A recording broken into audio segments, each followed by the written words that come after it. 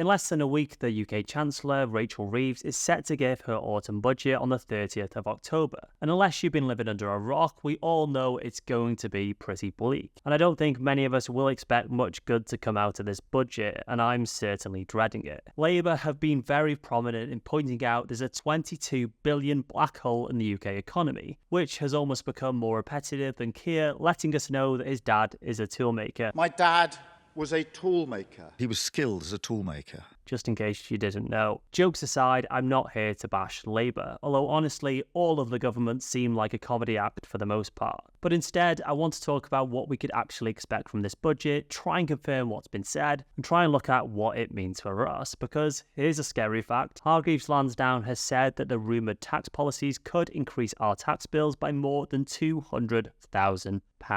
Yay! Labour says there's a £40 billion hole to fill now, with the NHS expected to get a boost of about £10 billion over the next 18 months. It's estimated they'll need to raise taxes by about £35 billion. Yeah, billion. This would push the tax burden on the people in this country up to 37.9%, which would be the highest tax burden since the 1950s. Although, to be fair here, we also have to compare our tax burden to other OECD countries. And although it is high, it still leaves 15 other countries with higher tax burdens than ours. Belgium being the highest at 52%, Germany's 47.9%, along with Austria, France and Italy. I like to point that out because I think people will look at some of these countries that are higher than us in the list and say how much better their transport and services like healthcare are, but for the most part they pay for it with higher taxes. While I hate the idea of tax and the thought of them raising it as much as the next person, would we really mind if we felt like they were spending it properly? I feel more of the problem is that we just feel like the money is completely wasted and we're still in debt despite them getting tax on tax on tax. So let's break down what these changes coming up could include and what we can do about it. First, and probably the most likely change to tax, will be capital gains tax. Capital gains is a tax on the profit when you sell or dispose of an asset that's increased in value. It applies to assets such as property, but it doesn't include your primary home, but things like shares or valuable personal items and second homes. It's important to remember that this only applies to the profit you've made, not the total value. If you bought a property for 150k that you now sold for 200,000, it would be due on the £50,000 profit you made, not the total sum. The rate is currently set at 10% for basic rate taxpayers and 20% for the higher rate taxpayers, which covers most assets. Residential property is slightly higher, 18% for basic and 28% for higher rate taxpayers. We also get an allowance of £3,000 per year tax-free, which has already been lowered from £12,300 in April 2023. So what might change? Well, Treasury officials were reported to The Guardian to have modelled a range of potential rises, including pushing rates to between 33 and 39%. Sources close to the Chancellor denied the report, and a Treasury spokesman said, "This reporting is not based on government modelling. We don't recognise it as pure speculation." A government source said that the Treasury had ruled out raising the tax to such a high level, but it didn't deny that it could increase it to more than 30%. It's been said that this could bring capital gains tax more in line with income tax. They could also choose to further reduce or eliminate the £3,000 of relief that's currently left to our exemption, so capital gains tax would be due on all the profit from these assets. Personally, I think it's pretty frustrating as a regular person. Paying tax on small amounts of profit you made seems frustrating, as most of the time it will be things like shares you haven't been able to get inside an ISA, or maybe something you own of value personally. I mean, whether you agree with paying tax on something you've bought with money you've already paid tax on is another question. The real target, however, is people with a lot of assets who are getting away with paying a low rate of tax. We all remember Rishi's famous tax return that went viral, where he only paid 20% instead of full income tax. There's only around 350,000 people who pay capital gains tax in a year, considering the UK population is now 68.3 million. That is pretty low. But out of those 350,000, they contribute about 15 billion per year in tax. According to the IFS, at the lowest possible increase, if 28% went to 33%, a few hundred million could be raised. Middle the estimates would raise 1 billion, and in the most extreme, raising it to 39%, the models actually showed that the amount raised by capital gain could actually fall off after 5 years. This is because wealth managers have reported that there's been a flurry of investors rushing to sell their second homes and other assets before the budget, after it was revealed in June that the Chancellor was considering raising CGT rates. They don't take any chances. Since then, it's been reported that Rachel Reeves won't change the rate of tax paid on the sale of second homes because they are worried about the impact on the property market. Personally, most of the people I know who did have rental properties tend to have already sold up by now because of how much harder they're making it for landlords, which might seem like a good thing on the surface for some people, but the problem is this puts way more demand on rents, because on the one side, less landlords is what they want, but on the other hand, well, if there's no people renting their houses out, then what are you going to rent? Which then lets the few people that are renting out jack up their prices because of demand. So they think it would do more harm than it would good. I do think it could, however, be most certain that it does get raised on shares, which is why I think it's important you look at getting your shares, if you don't have them within an ISA, into one ASAP. You can look at either a bed and ISA if it's on offer, or you can use up your £3,000 allowance before it's potentially gone. This will likely be good in the short term and generate some extra tax, but bring in less for them in the long run, because people will be running left, right and centre to try and avoid it. If they do this, I think they really need to look at the ways that people with extreme wealth can just avoid paying it anyway. I just hope it doesn't hurt those of us in the middle who can't afford to avoid it, or simply move their multi-million-pound business elsewhere to another country. I just hope, like with most policies, it's not us in the middle that get hit the hardest. People who are just working so hard to try and better themselves a little bit. It's worth mentioning, however, that part of this that could affect us more likely is in the form of inheritance tax. If you were to inherit a property and you didn't sell it right away, you could make a profit, which you would need to pay tax on. This currently does exist, so it would just be if this rate was raised. I really don't like this one as a tax in general. On the one hand, it obviously makes sense to free up properties and not have them sit empty. For example, my granddad has a semi-detached and the old lady died over 10 years ago. The garden is like the Amazon rainforest and the son couldn't care less. He never bothered to visit her, which is a real shame as she was lovely. I mean, you do think who can afford to just have £200,000 in property just sitting there? But still, you think it should be freed up.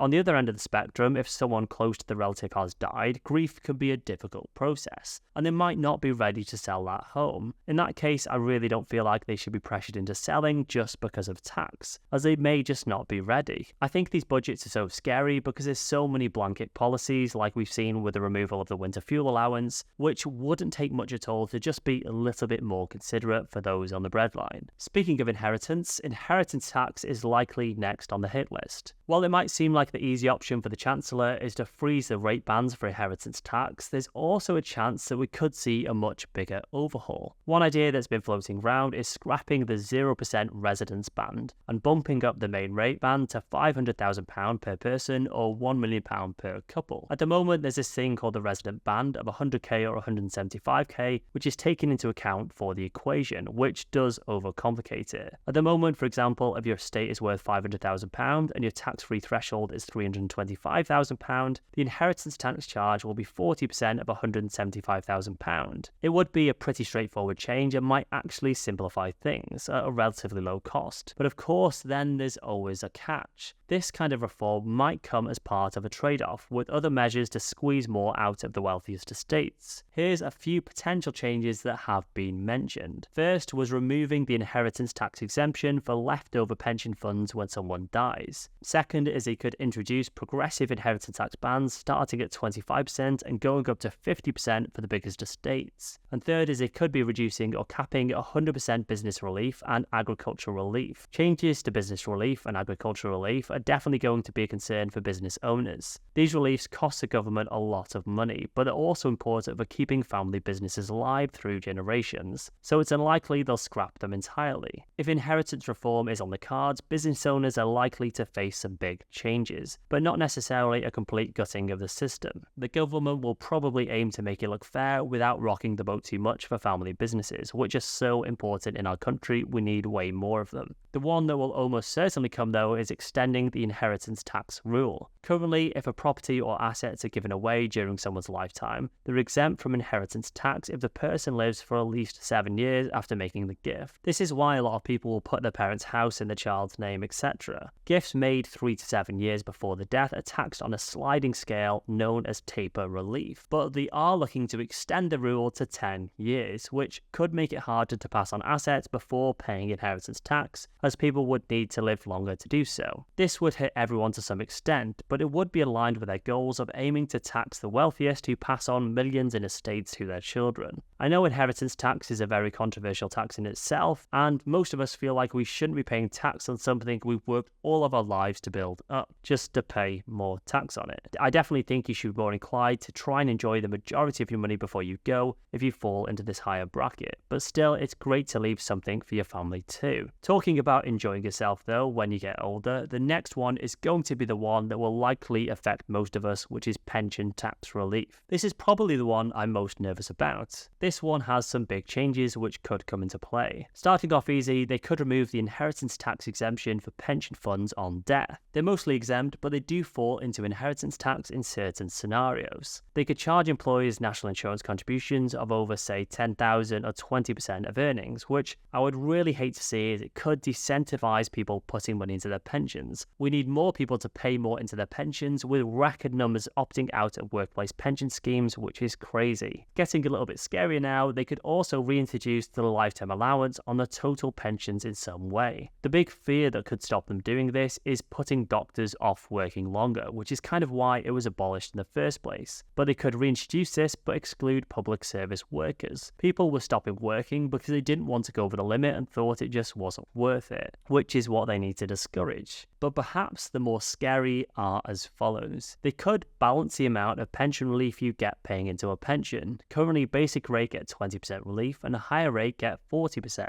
I do think higher rate payers are quite a big advantage compared to basic at the moment. Whether you agree with that or not, I think is up to you, but it would reduce the amount we could contribute into a pension. I've only been in the higher rate now for the last 4 or 5 years, so I know how both feel. But the one everyone is pretty terrified about, me included, is them scrapping or altering the 25% you can take from your pension tax-free, which could completely change our investing strategies. Some sources have said they'll keep this, but it has caused a lot of panic. As with all of these things, we won't know for certain until the budget comes out. Under the current rules, savers who are 55 can withdraw 25% of the pension pot without incurring any tax charges of up to £268,275.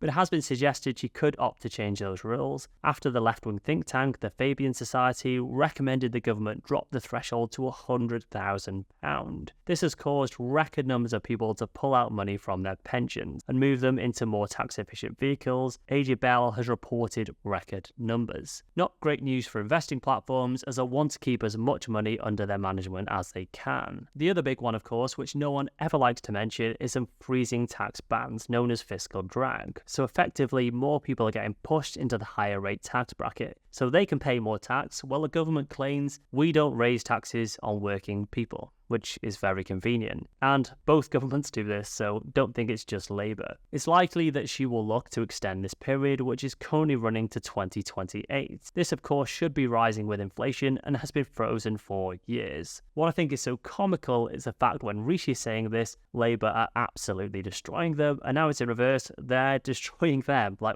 what a complete waste of time that is. And this is why we feel like we can't trust any of them. They just say one thing and do another. The more concrete things I think we'll see are the ending of the non-dom status, so more people won't be able to escape paying tax in the UK. This will hopefully be a positive and raise more tax and not cause more people to flee the country. We've got VAT being added to private schools, which is good in some ways to raise some extra income, but will also price ordinary folks out who are working their butts off just to get their kids in there. This again will likely just be a blanket policy, and it's not tailored to people on the line, and will put more pressure on public schools, which are already struggling. We can likely see a rise in fuel duty up to 7p per litre. Rishi introduced a temporary 5p cut in 2022. The average price now is 135p compared to 146p at the start of 2022. But a lot of this was due to the war and fuel supplies. This may edge back up and could be an easy way for them to raise some more tax. People have also been quick to point out that it's cheaper to drive places than take a train, which is pretty ludicrous. I recently tried to take a train to London and it was cheaper to drive there and back. I could probably drive there and back 3 times and still save money, which doesn't seem right to me. Surely trains should be the cheaper way to travel. Perhaps some of the more positive changes may be increasing the rate of stamp duty paid by overseas individuals buying UK homes and then not living in them, as well as increasing stamp duty in more areas on second homes where locals are unable to buy properties. We've already seen increases of up to 380% on some second home council taxes. Regular stamp duty is currently set at £425,000 for first-time buyers, but will drop back down to £300,000 after March 2025. And for non-first-time buyers, it's £250,000 and will revert back to £125,000 in March 2025. So depending on what they announce, it might be a good time to buy a property. But then the problem with that is more people are going to be pushed into buying, there won't be enough houses, and prices will just increase even more. Campaigners are hoping for an extension on this, which we might see because house prices are so stupidly expensive and people are really struggling to get on the market. Potentially, if more second homes are sold, it may bring house prices down, but I can't see it being anything drastic. People are also hoping for some form of wealth tax, which you would imagine that Labour would implement, but I don't think they're as left-wing as they used to be and may stray away from this. Policies like the Green Party did want to implement. Council tax could be on the chopping block still to balance how much people pay. Bringing England more in line with Wales to me seems a no-brainer,